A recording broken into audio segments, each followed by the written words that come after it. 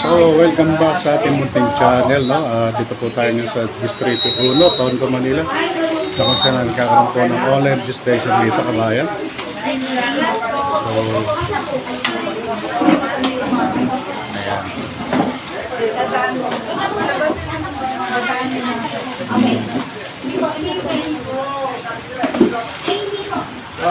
Ilan na siya? Ay, isa. Kaya hindi ka tabi na dyan. Isa. Sila ano mamaya makakaw. Magandang umaga po. May mga question pa ba tayo? Ito po yung Itong online registration, unang-una, para malaman yung living condition, yung mga health conditions nyo po, kung ano mga maintenance nyo po, i-declare nyo po dito.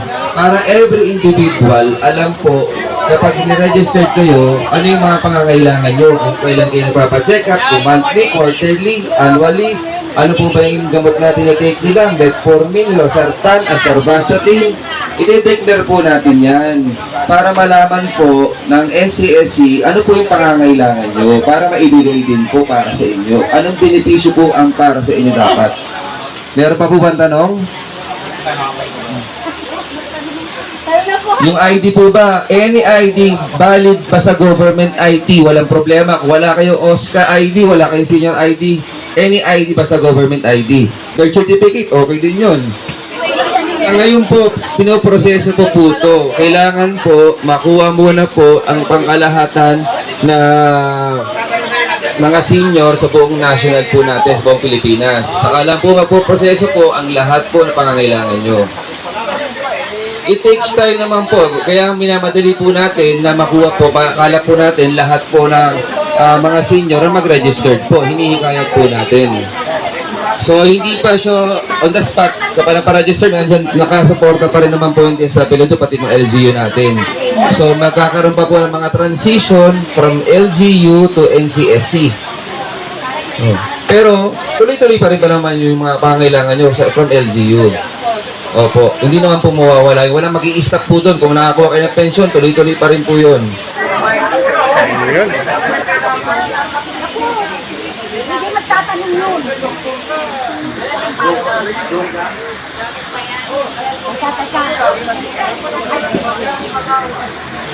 So, ito po yung nagaganap na online registration dito, no?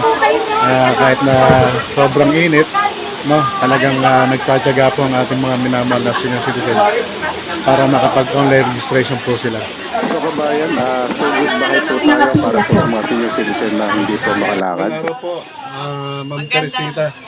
Magandang araw po. Opo. Ma'am, ano po masasabi nyo? Kasi pinasyalan po kayo rito ni Miss Mara Tamundong para pagkalooban po kayo ng online registration para sa senior citizen. Ano po masasabi niyo? Ano daw masasabi mo? Hindi na salamat.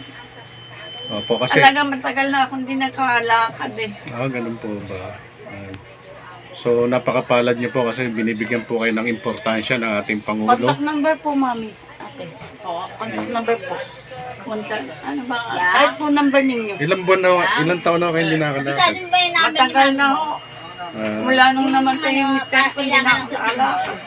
Bakit? Ano po yung cause na, ano po yung sanay? Ba't di po kayo nakalakad? Ewan po ba? Hindi ko alam eh. No?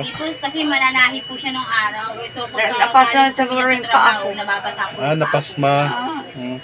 Kaya, Pero napacheck up niyo po sa doktor na mayroon therapy ginagawa. Kasi wala naman siyang ano yun, no? Wala po. Saka po mataas po ang diabetes po niya. May Ganun. sakit niya po. Sige po makinig po, interview po kayo ha. Sige po. hawak ko na kayo ninyo, mami.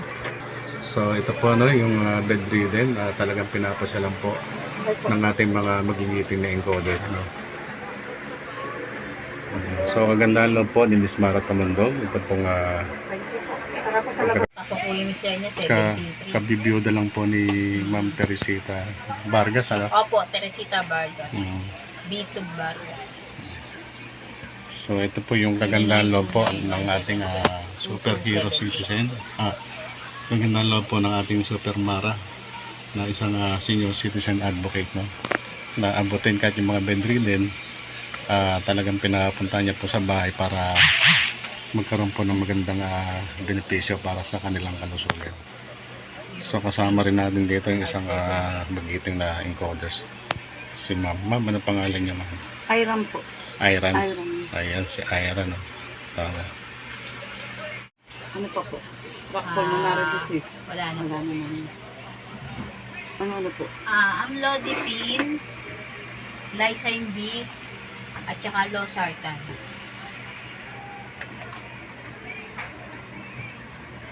Ano po? Lysine B.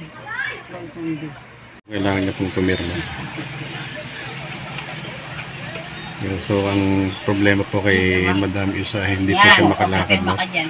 Dati po siyang mananahi. No? Siya po naka-register na po si Mama Rico. Opo. Okay po na po. Thank you rin po.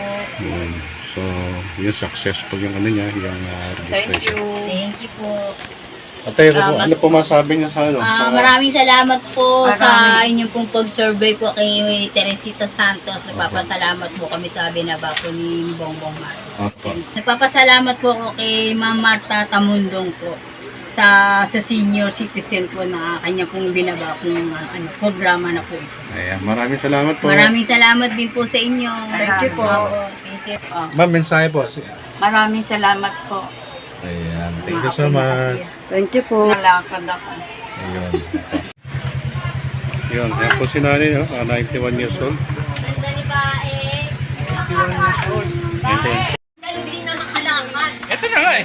Nag-aaral na nga ako. So, matalas pa yung memory ni nanay, no? Sa edad na 91 years old, matalas pa yung memory niya. Nandun! Doon gaw. Malamag pa din. Marami. Oh, pasok kayo rito. Lapit mo lang ako din. Dennis. May signal kaya sa loob? Wala eh. Dito nga po sa labas.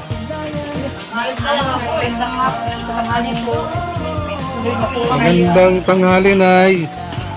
Kamusta po kayo? Kamusta po kayo? Opo. Ilang taon na po kayo, Nay? Nay, ilang taon na po kayo? Hindi niya marinig. Ano pong pangalan? Leonida. Ano niyo siya? Abyan na po. Yung 9C.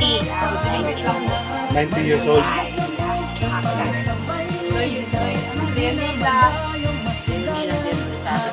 Adriano. Uy, Jano, dito kayo. 90 years old.